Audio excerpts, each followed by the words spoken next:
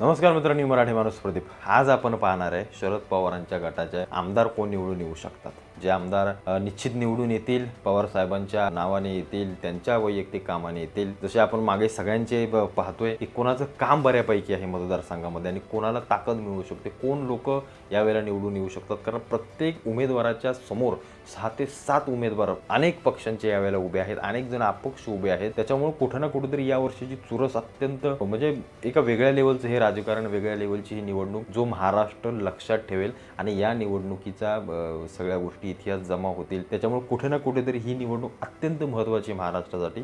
त्याच्यामुळे आज आपण पाहणार आहे शरद पवारांच्या सगळ्या आमदारांची नावं, जे आमदार विधानसभेमध्ये जाऊ शकतात, त्यांना हरवणं थोडंसं समोरच्यांना कठीण जाऊ शकतं। पहिले नाव असेल इस्लामपूरमधून जयंत पाटील। जयंत पाटील मंत्री राहिले, जयंत पाटील आणि आमदार राहिले। जयंत पाटील एक मोठं नाव आहे, एक जुना नेता आहे, अनुभवी नेता आहे आणि त्याच्यामुळे जयंत पाटलांना इस्लामपूरमधून पाडणं थोडंसं अवघडच जाईल आणि ते नाही पडू शकत, माझं तरी वैयक्तिक मत आहे। कारण बऱ्यापैकी वैयक्तिक कामं केलीत, बऱ्यापैकी ग्राउंड लेवलची कामं आहेत, बऱ्यापैकी संघटना त्यांच्या पक्षाच्या बऱ्यापैकी त्यांनी थोपवून ठेवलेत, बऱ्यापैकी लोकांशी कनेक्ट आहे आणि त्याच्यामुळे या सगळ्या गोष्टींचा कुठे ना कुठेतरी इफेक्ट पडतो आणि लोक म्हणतात की हा आपला माणूस आहे, हा आपला माणूस आहे, मग तो कोणत्याही पक्षात असो। अशा प्रकारची काहीशी गोष्ट जयंत पाटलांची आहे आणि आत्ता शरद पवार गटाचे ते मुख्य नेते असल्यामुळं कुठे ना कुठेतरी याचा देखील फायदा त्यांना होईल आणि जयंत पाटील निश्चित निवडून येतील आणि जयंत पाटील पहिले आमदार असतील जे शरद पवार गटातून निवडून येतील। पुढचं नाव असेल आपले साहेब जितेंद्र आव्हाड मुंबऱ्याचे, म्हणजे ते त्यांचं जितेंद्र आव्हाड नाव आहे पण ते आहेत त्यांच्याच सगळ्या लाईनीतले, ते येतील तिथून निवडून। कारण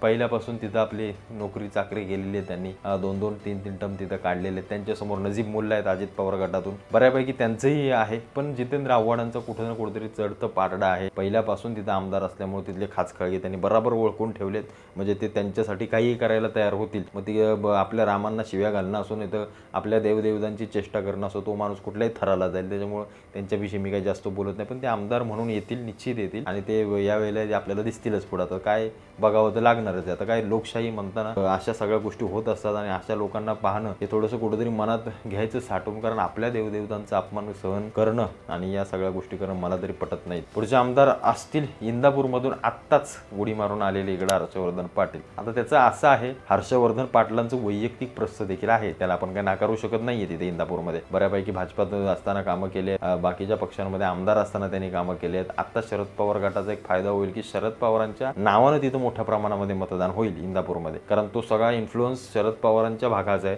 शरद पवारांच्या नावाचं आहे। त्याच्यामुळे तिथं हर्षवर्धन पाटलांना त्याचं मला असं वाटतं बेनिफिट मिळेल बऱ्यापैकी। ते तिथून मतदान घेऊन निवडून येऊ शकतात, नाही निवडून येतील, कारण तिथला जो ग्रामीण पट्टा आहे आपला, कारण पश्चिम महाराष्ट्रातले ग्रामीण लोक हे आपलं पवार साहेब आमचे वस्तात करत, त्यांना काहीही सांगण्यात अर्थ नाहीये, त्यांना त्यातलं मागचं राजकारणही काही कळत नाही ना, काही कळत नाही। यांच्या शरद पवारांनी यांच्या घरात किती चुली पेटवल्या आणि काय केलं ना, काहीही घेणं देणं नाही। पण असोच, ज्याचं त्याचं हे, त्यामुळे हर्षवर्धन पाटील निश्चित येतील या ठिकाणून। पुढचं नाव असेल कर्जत जामखेडमधून आपले रोहित पवार। आत्ताच रोहित शर्मांना घेऊन गेले होते, काय तो मोठा कार्यक्रम वगैरे केला त्यांनी, बऱ्यापैकी कामं केलेली आहेत, नाही असं नाही म्हणता येणार, उगाच नाकारण्यात काही अर्थ नाहीये। मी जेव्हा कर्जत जामखेडमधल्या काही लोकांशी जेव्हा बोललो, बऱ्यापैकी कामच झालेली आहेत, वैयक्तिक कामं देखील लोकांची झाली। आता मी अनेक तुम्हाला सांगतो की वैयक्तिक कामं म्हणजे काय असतं बाबा, एखाद्याचं हॉस्पिटलचं बिल भरता येणं, एखाद्याचं कोणती गोष्ट अडकली, एखाद्याच्या काही कायदेशीर बाबी असतात किंवा कोणतीही जी गोष्ट असतं जे आपल्या हातून सुटत नाही सामान्य म्हणून,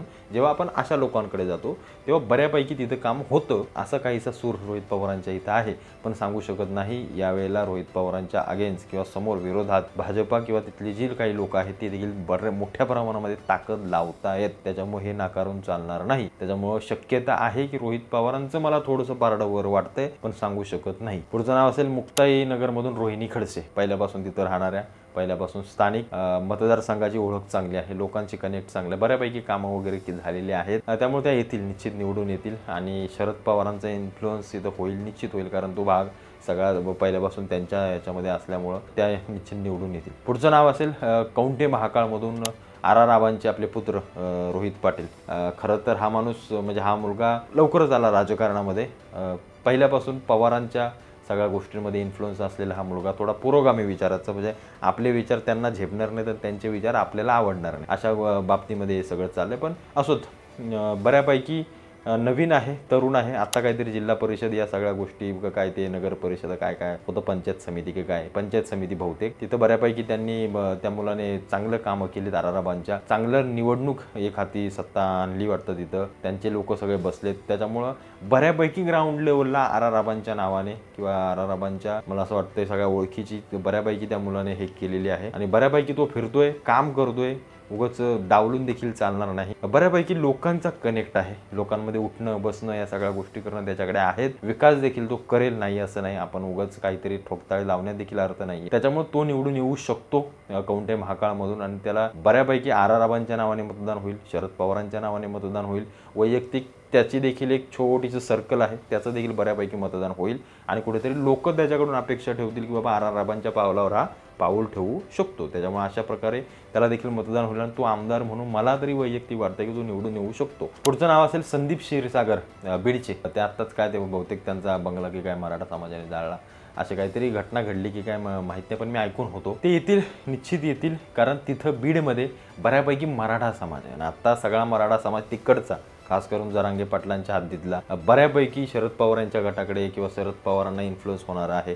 कारण त्यांना असं वाटतं की पवार साहेब आरक्षण देऊ शकतात, सत्तेत आल्यानंतर हे काय देऊ शकत नाहीत. असोत, बघू आता हे कळेलच काय होतंय काय नाही होत आरक्षणाचं ते असोत. पण संदीप क्षीरसागरांना याचा कुठेतरी फायदा होईल बऱ्यापैकी. तर ते आत्ताच जरांगे पाटलांना जाऊन भेटून आलेले आणि कुठे ना कुठेतरी मराठा समाजाची ताकद आपसुक्याच्या मागून लागेल. आणि मुस्लिम समाज तर काय पवार साहेबांचा पहिल्यापासून बांधलेला आहे, ते तर काय त्यांच्यासाठी काही करतील, त्यांना हिंदू बिंदूंचं काय असंही घेणं देणं पडलेलं नाही. त्यामुळे हे सगळे आमदार असतील पवार साहेबांचे जे येतील विधानसभेमध्ये आणि बघूया पुढं काय होईल, कोणाची सत्ता येते असोत. पण तुम्हाला अजून काय वाटतं त्यांच्याबद्दल किंवा त्यांच्या पक्षाबद्दल, कोण येऊ शकतं, काय येऊ शकतं, या सगळ्या शक्यता आहेत. राजकारणामध्ये काही होईल, ही निवडणुकीत तर काही होऊ शकतं. म्हणजे चांगली चांगली मोठी नावं देखील झोपतील यावेळेला असं मला तरी वैयक्तिक वाटतंय. तुम्हाला काय वाटतं, अजून कोण कोण नावं असेल तर आवर्जून कळवा.